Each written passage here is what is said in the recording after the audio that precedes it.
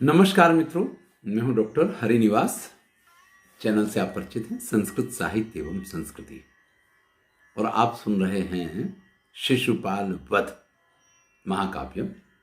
महाकवि माघ की रचना है। माघ काव्य के नाम से भी इसको जानते हैं। अभी गए वीडियो में ही एक बड़ा ही सुंदर श्लोक था जिसमें बड़ा सुंदर श्लेष था। चलिए, रावण के पराक्रम का वर्णन नारद मुनि कृष्ण के पास कर रहे हैं। कुछ पराक्रम हम इससे पहले के वीडियो में देख चुके हैं। आगे चर्चा करते हैं। विभिन्न शंखा कलुषी भवन मुहुर मदेन दंतीव मनुष्य धर्मण निरस्त गांभीर्यमपास्त पुष्पकम प्रकंपया मास न मानसम न सहा। भैया, इंद्र को पराजित किया, विष्णु का चक्र काम नहीं करता है, त्रिलोकी की विजय पे निकला हुआ रावण जब कुबेर के यहां पहुंचता तो उसका वर्णन कर रहे हैं। विभिन्न शंख कलुषी भवन मुहु। ऐसा नहीं है कि किसी के यहां गए, चलो एक प्रस्ताव करेंगे, आप हमारी बात मान लो, मान पान सम्मान, चलो हमारे बीच में कोई संधि हो जाए, वो तो कोई बात ही नहीं। जैसे कोई दंती व हाथी किसी सरोवर में घुस जाए, फिर वो ये नहीं देखता है कि सरोवर का पानी सरोवर से बाहर निकला जा रहा है या सरोवर में जो कमल के नाल हैं उनकी दुर्दशा हो रही है। वो तो जब उसमें केली करना शुरू करता है तो पूरे सरोवर को नष्ट भ्रष्ट करके रख देता है। इसी प्रकार से विभिन्न शंखा कलुषी भवन। शंख हमारे यहाँ एक संख्या का मापक माना गया है। अगर आपको याद हो तो पहले भी मैंने किसी वीडियो में इसको सुनाया है। जब बचपन में मैं पढ़ा करता था तब का कुछ याद है, बाकी तो इन संख्याओं का प्रयोग हम नहीं देखते हैं। अधिकांशतः हम क्या देखते हैं कि 20 लाख करोड़, 25 लाख करोड़ या 10,000 करोड़ या 9,000 करोड़, इस प्रकार की संख्या हम देखते हैं। इससे ऊपर की संख्या का वर्णन नहीं आता है। लाख करोड़ करके हम संख्या को कह लेते हैं, लेकिन वैसे अगर इस संख्या की गिनती की जाए तो इकाई, दहाई, सैकड़ा, हजार, 10,000, लाख, 10 लाख, करोड़, 10 करोड़, अरब, 10 अरब, खरब, 10 खरब, नील, 10 नील, पदम, 10 पदम, संख, 10 संख। ये एक संख्या गिनती का तरीका है। तो यहां शंख शब्द का उपयोग किया है कि सर्वाधिक संख्यात्मक जो भी धन था उस कुबेर के पास, एक तो वो सब कुछ कलुषी भवन, सब कुछ लूट लिया इसने। और सिर्फ धन को लूटा ऐसा नहीं, जैसे कोई हाथी किसी सरोवर में उतर के सब कुछ वहां नष्ट भ्रष्ट करता है, इस प्रकार से निरस्त गांभीर्यम अपास्त, जो कुबेर की एक गरिमा थी।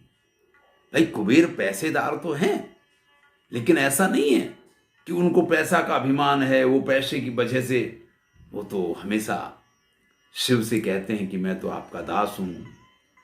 शिव उनके यहां कैलाश पर्वत पे एक मेहमान के रूप में रहते हैं, क्योंकि कैलाशपति शिव को कहा भले जाए, लेकिन कैलाशपति वास्तव में कौन है? कुबेर है। लेकिन उनका इतना गांभीर्य है कि कभी आप किसी जगह पे उनका ऐसा उल्लेख नहीं पाएंगे कि कुबेर ने किसी का कुछ गलत किया, किसी का कुछ बुरा किया, जबकि सबसे बड़े धनिक वो हैं। तो उनकी सारी गंभीरता को नष्ट करके उनका जो पुष्पक विमान है वो भी उनसे छीन लेता है, और उनका जो सरोवर, मान सरोवर है, जो उनके सौंदर्य का, उनकी समृद्धि का प्रतीक माना जाता है। तो आप ये समझ लीजिए कि जो बड़े बड़े घर बनाए जाते हैं तो लोग बाग उसमें स्विमिंग पूल बनवाते हैं, और उस स्विमिंग पूल की निर्मलता, उसकी स्वच्छता और उसके अंदर बनाई गई डिजाइन, ये सारी चीजें इस चीज की प्रतीक होती हैं कि वो व्यक्ति कितना समृद्ध है। उसकी समृद्धि के प्रतीक के रूप में ये माना जाता है। तो ये मानसरोवर जो कैलाशपति कुबेर की समृद्धि का प्रतीक है, उसको भी उसने कुछ ऐसे ही नहीं रहने दिया प्रकंपयामास न मानसम न सा। ऐसा नहीं, उसने उसको भी पूरा, यानी रावण जब कुबेर के यहां पहुंचा जाकर के, तो शंखों के हिसाब से उनकी जो संपत्ति थी उसको लूटा। और इतना ही नहीं, जैसे कोई हाथी किसी सरोवर को नष्ट भ्रष्ट कर देता है, उसी प्रकार से उस रावण ने कुबेर की सारी गंभीरता, सारी गरिमा को नष्ट कर दिया, उनके पुष्पक विमान को उससे छीन लिया। और इतना ही नहीं, उनका जो मान सरोवर था, ऐसा नहीं कि उस मान सरोवर को उसने नुकसान नहीं पहुंचाया, उस मान सरोवर में भी पूरी उथल पुथल बना के और उसको भी बिल्कुल नष्ट भ्रष्ट कर दिया है। चलिए, दिग्विजय पे निकला है।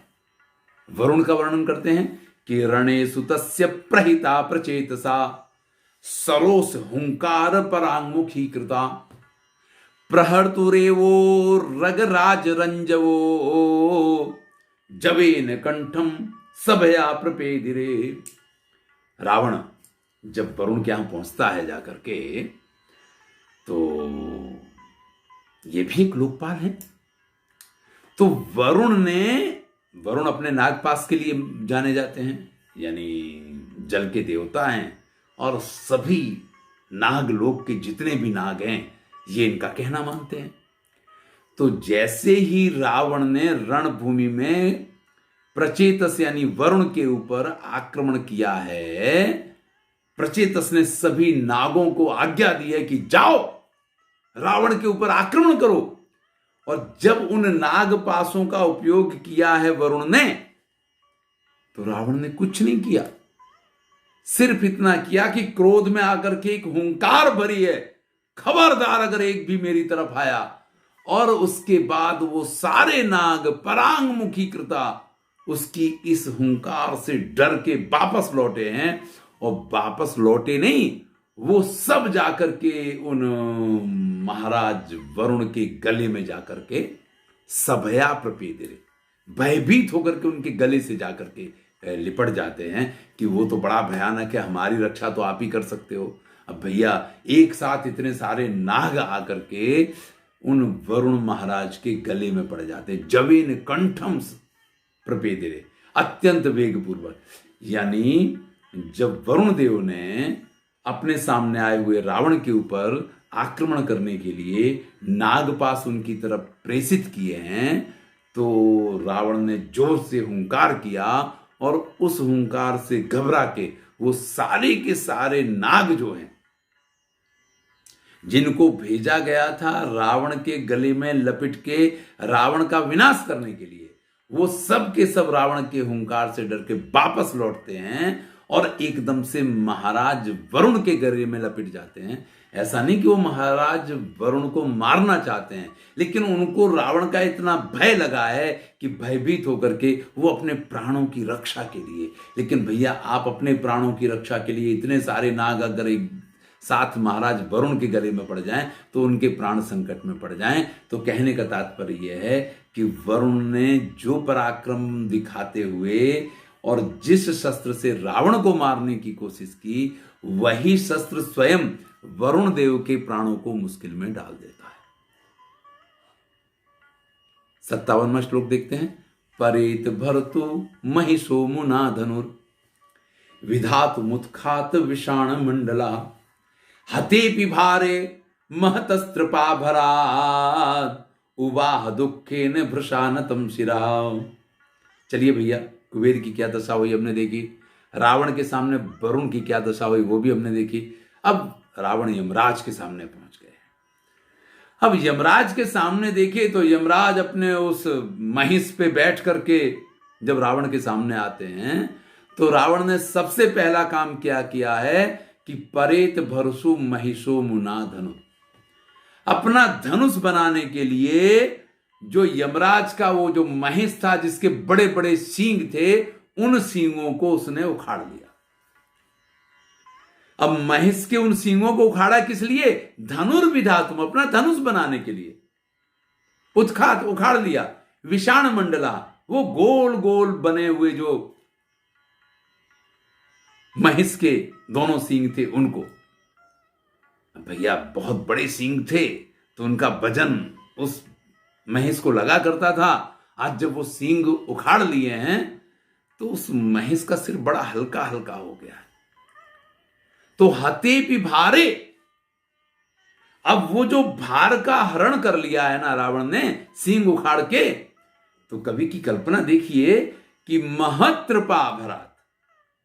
अब ये रावण ने बड़ा उपकार किया कि आपके सिर पे कोई वजन रखा हो, कोई व्यक्ति आपके सिर का वजन उतार ले, तो आपको उसका धन्यवाद ज्ञापन करना चाहिए, आपको उसका आभार मानना चाहिए। तो रावण के इस उपकार के कारण महत्त्रपा, भयंकर शर्म में डूबा हुआ, अत्यंत एक भार से मुक्त हुआ और दूसरे भार से दब गया, ऐसा बड़ी मुश्किल से अपने सिर को ऊंचा रख पाता है। अब देखिए, लज्जा का कारण सींग उखड़ने की वजह से यमराज का महेश और उसके सींग उखड़ जाएं, अरे भैया कितनी शर्म की बात है। तो लज्जा का कारण ये है, या लज्जा का कारण कवि कह रहा वो है। कवि क्या कह रहे हैं? कवि कह रहे हैं कि रावण ने उस महेश के सींग उखाड़ के उसके सिर का जो वजन कम कर दिया, तो वो एक जो आभार व्यक्त करना होता है, एक बात जो धन्यवाद ज्ञापन करना होता है कि बहुत अच्छा हुआ आपने मेरे सिर का वजन कम कर दिया, तो वो महेश रावण के इस उपकार की वजह से लज्जित होकर के अपना सिर बड़ी मुश्किल से ऊंचा रख पा रहा है। इस प्रकार का वर्णन है। तो कवि की कल्पना बड़ी सुंदर है और वर्णन भी विशिष्ट है कि यमराज के सामने जब रावण पहुंचा है तो यमराज के महेश के दोनों सींग उसने उखाड़ लिए हैं, जो थोड़े से गोल जैसे हैं। किस लिए उखाड़ लिए? अपना धनुष बनाने के लिए। लेकिन सींग उखड़ने से हते पी भारे, उसका भार कम हो गया महेश का। जब भार कम हो गया तो भैया जो हमारा भार कम कर दे उसका धन्यवाद तो करना चाहिए। और धन्यवाद कभी ऐसा नहीं होता है कि दादागिरी करके किया जाए, तो बड़ा सिर झुका करके धन्यवाद ज्ञापन करना पड़ता है। अगर किसी ने आपका वजन कम कर दिया है तो वो भी शर्माता हुआ बड़ी मुश्किल से अपने सिर को ऊपर रख पाया। इस प्रकार से कवि ने यहाँ वर्णन किया है। स्पृशं शशंकः समरेषु चावपि स्थितः कराग्रैः रसमग्रपातिभिः अघर्म धर्मोदक बिंदु मौक्तिकैः अलंचकारास्य वधू रहस्कराओ। चलिए भैया, इंद्र हो गए, कुबेर हो गए, वरुण हो गए, यमराज हो गए, जरा सूर्य देवता की स्थिति भी देख लेते हैं। स्पृशं शशंकम समये शुचावपि, यद्यपि इस समय सूर्य के चमकने का समय है, लेकिन योद्धा तो वही है जो आपके समय को भी बदल दे ना भाई। पराक्रम तो उसी को कहा जाएगा। अगर सब कुछ अपने समय के अनुसार चले तो फिर राजा कालस्य कारणम कैसे कहा जा सकता है? राजा काल का कारण होता है, इसका अर्थ ये होता है कि राजा जैसे चाहता है काल उस प्रकार से व्यवहार करता है। यहां काल का अर्थ है समय, और समय के लिए सबसे बड़ा मापक जो है वो हमारे यहां सूर्य और चंद्रमा ही है।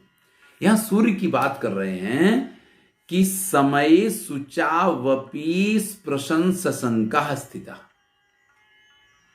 इस समय सूर्य के चमकने का बिल्कुल समय है, लेकिन फिर भी रावण की स्त्रियों के सामने जब सूर्य पहुंचता है तो बड़ा घबराया हुआ सा रहता है कि कहीं इन पे ज्यादा किरणें पड़ गई, उन्होंने रावण से शिकायत कर दी कि सूर्य देव तो हमें तपा रहे हैं, तो हमारी तो आ बनेगी।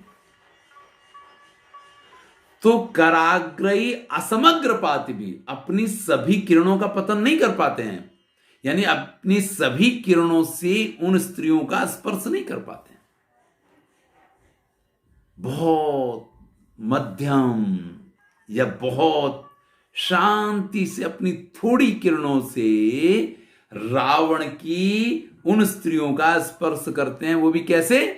अघर्मो, अपनी धूप से धर्मोदक बिंदु, उनके चेहरे पे धर्मोदक, हमारे यहां पसीने को जो है ना धर्म शलील कहा जाता है। पसीना ऐसे ही नहीं आता है, व्यक्ति बड़ी मेहनत करता है, तब ये ऊपर से फिल्मी स्टाइल में नहीं है कि पानी डाल लिया और पसीना दिखा दिया है। ये तो अंदर से जब बड़ी मेहनत करता है व्यक्ति तो अंदर से निकल के आता है, इसलिए इसको हमारे यहाँ धर्मशलील कहा जाता है। तो यहाँ धर्मोदक कहा है, यानी वो जो पसीना है उसकी बूंदें मौक्तिक, जैसे मोती कहीं पूरे जहां जहां पसीने की बूंदें दिख रही हैं ना, वो वहां वहां मोती जड़ दिए गए हों, इस प्रकार से इन सूर्यदेव ने अलंचकार वधू रहस करा, रावण की उन वधुओं को, उन स्त्रियों को अलंकृत बनाया, सौंदर्य युक्त बनाया। जनरली क्या होता है कि आप सूर्य के प्रकाश में निकल जाइए तो टैनिंग हो जाएगी, टैन हो जाएगा, आजकल टैन कहा जाता है, यानी व्यक्ति काला पड़ जाता है। एक तो फिल्मी गीत भी आया कि धूप में निकला ना करो, गोरा रंग काला ना पड़ जाए, हैं? यानी सूर्य की किरणों में जहां स्त्रियां काली हो जाएं, लेकिन यहां तो रावण के यहां सूर्यदेव जो है ना वो डरते हैं, वो अपनी तीव्र किरणों से उनकी पत्नियों का स्पर्श नहीं करते हैं, वो सिर्फ उतनी ही किरणें उनके ऊपर डालते हैं कि उनको थोड़ी थोड़ी पसीने की बूंदें आ जाएं, और वो पसीने की बूंदें उनके चेहरे पे जैसे मोती जड़े हुए हों, इस प्रकार का एक आभास कराती हैं। और इस प्रकार से सूर्यदेव जो हैं उस रावण की पत्नियों को अलंचकार, अत्यधिक शोभायमान बनाने का काम करते हैं, उनको और अधिक सौंदर्य युक्त बनाने का काम करते हैं। तो भैया ये तो उनके मेकअप आर्टिस्ट हो गए हैं। चलिए जरा चंद्रदेव की भी हालत देख लेते हैं। कला समग्रेण ग्रहान मुंचता मनस्वनीरुत कथितं पटीयशा विलासिनस्तस्य वितन्यतारतिम न नर्म साचिव्यमकारिनेन्दुना। भैया ये तो उससे भी आगे, यानी सूर्यदेव तो इनके जिसको हमने कहा कि मेकअप करने वाले बन गए, शैरंध्री बन गए हैं इनकी पत्नियों के लिए, लेकिन कला समग्रेण ग्रहान मुंचता, रावण के यहां चंद्रमा का अस्त नहीं होता है, 16 कला से चंद्रमा हमेशा खिला रहता है। और जब चंद्रमा की चांदनी चारों तरफ फैली हो ना, तो मनस्वनी रुत कथितुम पटी ऐसा। तो भैया चांदनी रात तो वैसे ही बड़ी ही शरद पूनम की रात थी, तो उस दिन तो कृष्ण ने भी रास की थी। तो जब 16 कला से चंद्रमा खिला हो तो स्वाभाविक है कि काम का आवेग बढ़ता है। तो ये रावण के काम के आवेग को तो बढ़ाते ही थे, यानी रावण को बूस्टर डोज देने का काम तो ये किए ही करते थे। विलासिनस्तस्य, रावण की जो विलासिनी पत्नियां थी, स्त्रियां थी, वितन्वता रतिम, उनके मन में भी रति को वितन्वता बढ़ाते थे। यानी ऐसा तो है नहीं कि चांदनी रात है तो पुरुष को ही आवेग आएगा, आवेग तो स्त्रियों को भी आएगा ना। और पुरुष के लिए उसकी पत्नी में जितना अधिक आवेग हो वो उसको उतना अधिक आनंद देने वाला बनेगा। तो यहां रावण के यहां 16 कला से खिलके रावण को बूस्टर डोज देने का काम किया करते थे चंद्रमा, और उसकी जो विलासिनी पत्नियां हैं उनके मन में रति के भाव को उद्वेलित करते थे, उसको उद्दाम बनाते थे। और इस प्रकार से न नर्म साचिव्य मकारी नेन्दुना, ऐसा नहीं है कि चंद्रमा उनकी सेवा नहीं करते थे, अरे उनका नर्म सचिव बनके, नर्म सचिव कहा जाता है। राजा के यहां उसके कोई मित्र ऐसे हुआ करते थे जो उसके रहस्य यानी प्रेम कथाओं के जानकार हुआ करते थे, और जब भी राजा को जरूरत पड़ती थी तो अपने उस सचिव का साथ लेकर के वो अपने प्रेम को आगे बढ़ाया करता था। हमारी सभी रचनाओं में विदूषक इसी प्रकार का पात्र है। तो यहां चंद्रमा ने रावण के यहां एक प्रकार से विदूषक, नर्म सचिव बनके, यानी उसके काम के वेग को बढ़ाना, और काम का वेग बढ़ जाए तो उसके पास उसी की पत्नियों को और अधिक काम वेग से व्याकुल करके, अत्यधिक रति उद्वेलित करके, और फिर उनको रावण के पास पहुंचाने का काम ये चंद्रदेव किया करते थे अपनी 16 कला की चांदनी से वहां खिल करके। तो भैया कवि तो जो सोच ले और जो कल्पना कर ले वो कम नहीं है। चलिए इन सभी देवताओं को देखा, एक श्लोक और देख लेते हैं, बाकी फिर अगले वीडियो में देखेंगे। श्लोक नंबर है 60। विदग्ध लीलोचित दंत पत्रिका विधित्सया नून मनेन मानिना न जातु वैनायक मेत मद्भुतम विषाण मद्यापि पुनः प्ररोहति। नूनम, ये निश्चित है कि इसी रावण ने अपनी जो पत्नियां हैं या अपनी प्रेयसी जो हैं उनके सुंदर आभूषणों को बनाने के लिए